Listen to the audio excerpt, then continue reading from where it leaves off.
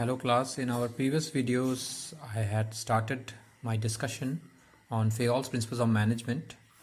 As mentioned previously, there are 14 principles of general management, or there are 14 Fayol's principles of management, and under those 14 principles I have discussed with you the first three principles, which were division of work, authority and responsibility, and discipline. We'll take the discussion on these principles forward, and here is the fourth principle of Fayol, which is unity of command. Now, as per this principle, it states that one group of workers should receive orders and instructions from and be answerable to only one boss or one superior. So an employee should receive order from one boss only, or there has to be one superior who is commanding or giving command to certain number of subordinates who are working under him. The importance of this principle is that if unity of command is followed, then it will avoid confusion and indiscipline among workers, because they know who they are answerable to, or who they have to take instructions from, or who they have to look for the commands. Okay. They know that who is giving them the command, so there will be no confusion in them. Like if they have any doubt regarding any work, or they have some confusion about any work, or if they are not clear with the instructions, then they know who to ask to clear their doubts or confusion. Also, if there is one superior, then the superior will be able to control them more effectively, and it will in a way bring discipline among the workers. Okay. Also, the superior, from the superior point of view, the superior will be finding it easy to fix responsibilities, as he knows who he is giving order to. Okay. So it's easy for him to fix the responsibility towards fulfillment of the work. Okay. So all this will avoid confusion and indiscipline. Also, there will be minimum ego hassles among the superiors, because each superior will know who are the workers who they are going to command. On the other hand, if there are more superiors, then there will be more ego clashes. Say one subordinate is put under two different superiors, and both the superiors are like the subordinate is supposed to listen to both the superiors. But if the one of the superior is disagreeing with the other superior, then those superiors may have misunderstanding between them, or they may have ego hassles between them. Like if a salesperson is allowed to give a 10% discount by a marketing manager, but the production department tells him that he should not offer more than 5% discount, then here the salesperson will be in confusion. He may not know whose instruction or whose command he should go with, whether the sales marketing manager who is asking to give 10% discount, or the production department which is asking for 5% discount. So there is no unity of command here, and also the two departmental heads may disagree between themselves, and there will be ego clashes between them. So if this principle is adopted, it will not bring any confusion in the mind of subordinates. Okay, they will be more clear about the command or the instructions which will come from their superior. There will be no ego clashes. Okay, it will improve the effectiveness in the working work culture, and it's easy for the superior to fix responsibilities if unity of command is followed, and ultimately it will bring the efficiency. In business studies, you should remember that all the good things will lead to improvement of efficiency, and it will make the workers more effective.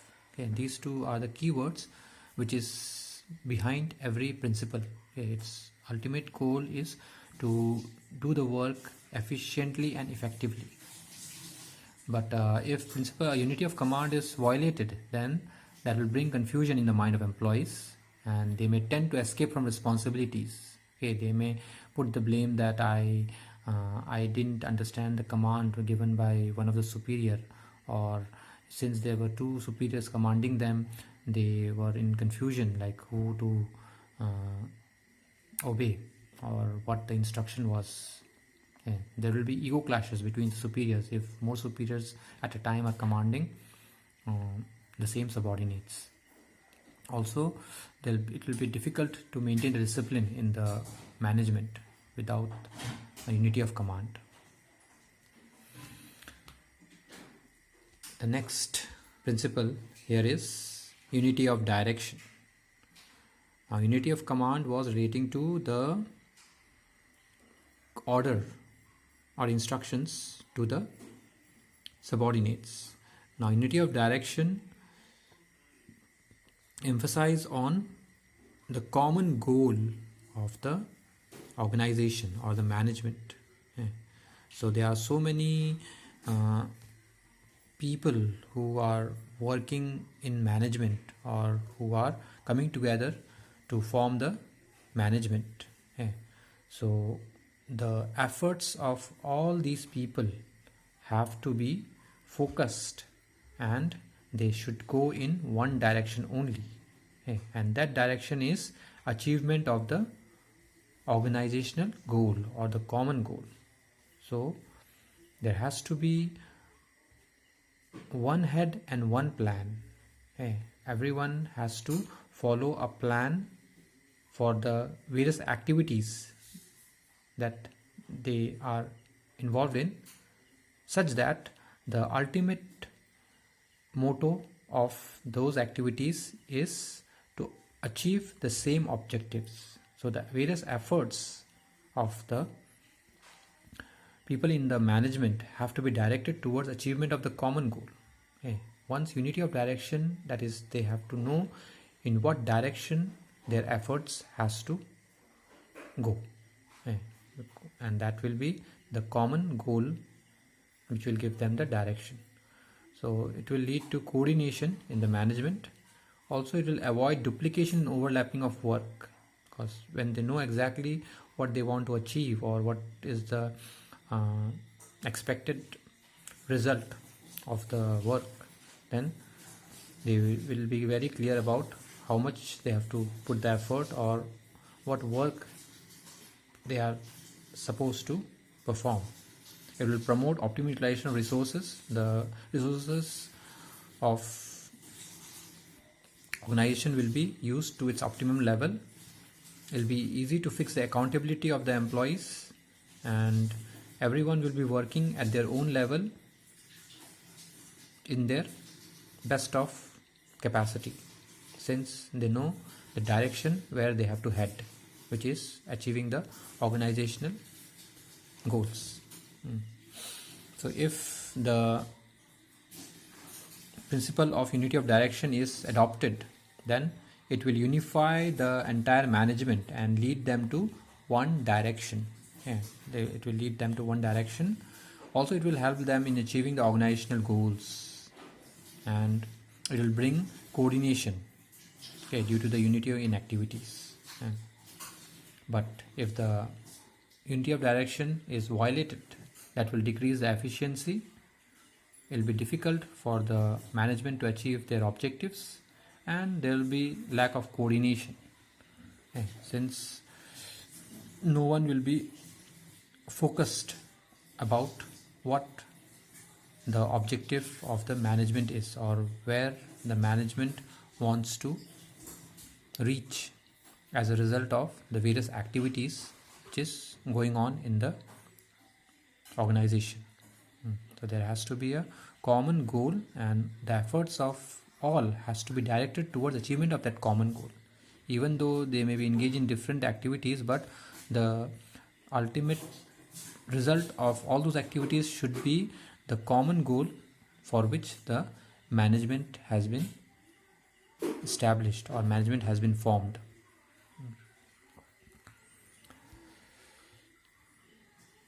Going ahead with the next principle, which is subordination of individual interest to general interest.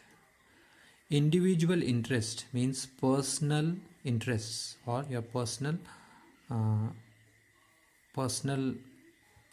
wish,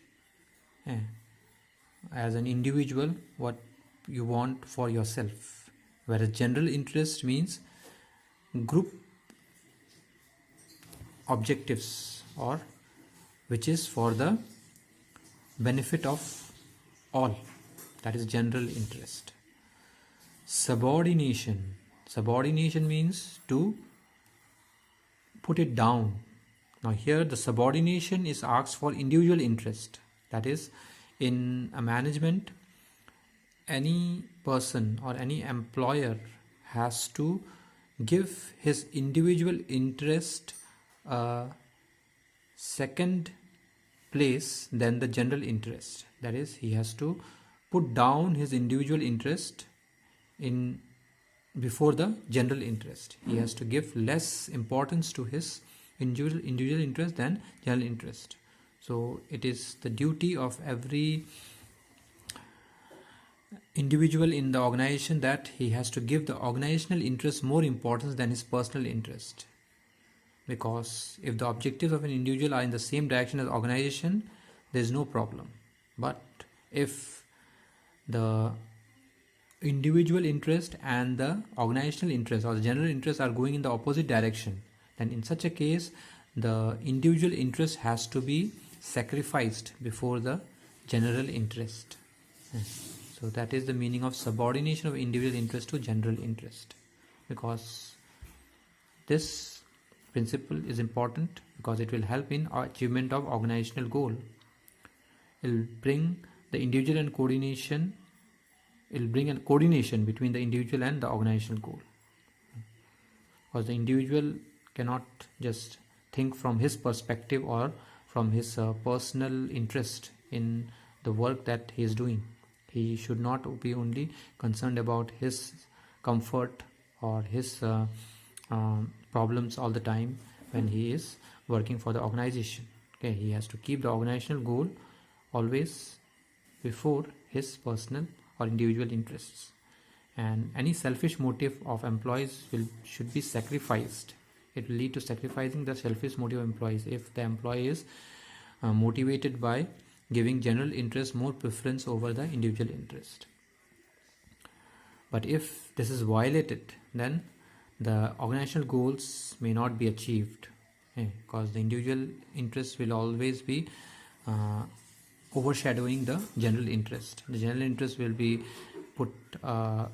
given a not importance by the employees, and he will be satisfying his individual interest all the time if he violates this principle.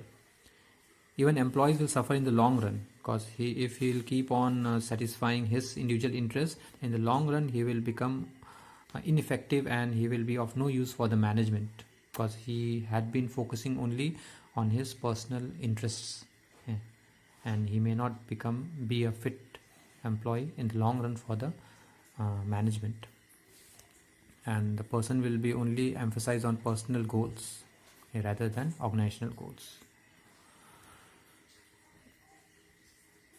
We have one more principle to discuss, that is fair remuneration to employees. Now this principle of Fayol suggests that the remuneration to be paid to the employees for the service or the work that they are doing for the organization has to be just, fair and equitable.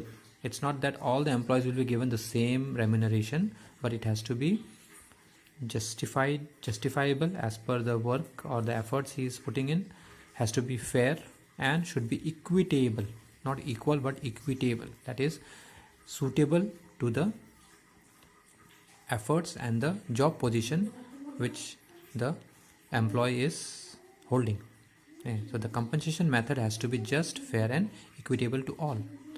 So everyone has to be paid fairly and adequately, that is sufficient for them, so that payment or the compensation to them will give them the maximum satisfaction. They should remain satisfied with their job. They should not feel that they are underpaid or they are being exploited in terms of remuneration at this in a particular organization. But at the same time, the organization also, while making the remuneration or deciding the remuneration, has to consider certain points before deciding the remuneration or fixing the remuneration for its employees. The first thing is that the remuneration to be paid has to be within the paying capacity of the concern.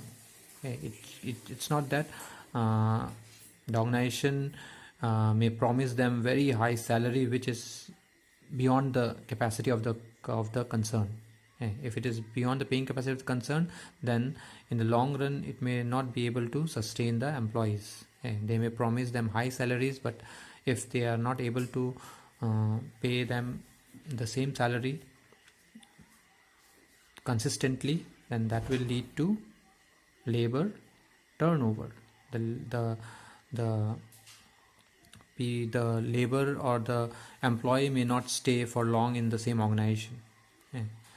Also, it should be decided, the remuneration should be decided keeping in mind the Minimum Wages Act of the government. The government has set Minimum Wages Act by the government. So as per that, the minimum wage for a labor or for any particular job position has to be considered while setting the remuneration. Even they have to see what the salaries or the wages are paid by their competitors, because business is a fast competing world, and if they are not keeping pace with the competitors' pay package or the remuneration the competitor is offering, then the labor turnover will be high in such an organization if the competitor payment is more attractive than ours. So salaries and wages paid by competitors should also be considered before fixing the remuneration to the employees, but it should be fair. The employee should not feel dissatisfied or should not feel cheated by the remuneration that they are awarded for their work. If this principle is adopted in an organization, it will motivate the employees. They will be more devoted and committed towards their work, and they will have respect for the organization and the management, and ultimately it will increase their efficiency. But if the remuneration to them is not fair, they will be demotivated. They will remain dissatisfied with their work, which will affect their efficiency and effectiveness ultimately. It may also encourage dishonesty. They may not be putting their best efforts in the work outcome. They may be dishonest towards their work commitments. Also, it will increase in the rate of labor turnover. As I mentioned to you, the labor or the employees will be more attracted to the packages offered by the competitors. That will lead to outflow of labor. The workforce will reduce in the organization. That is, the rate of labor turnover will be high. And the labor going away from the organization is termed as labor turnover. So that will increase due to if the fair remuneration is not offered to the employees. We have 7 more principles left after this. We'll continue with those in our next video lesson. Thank you.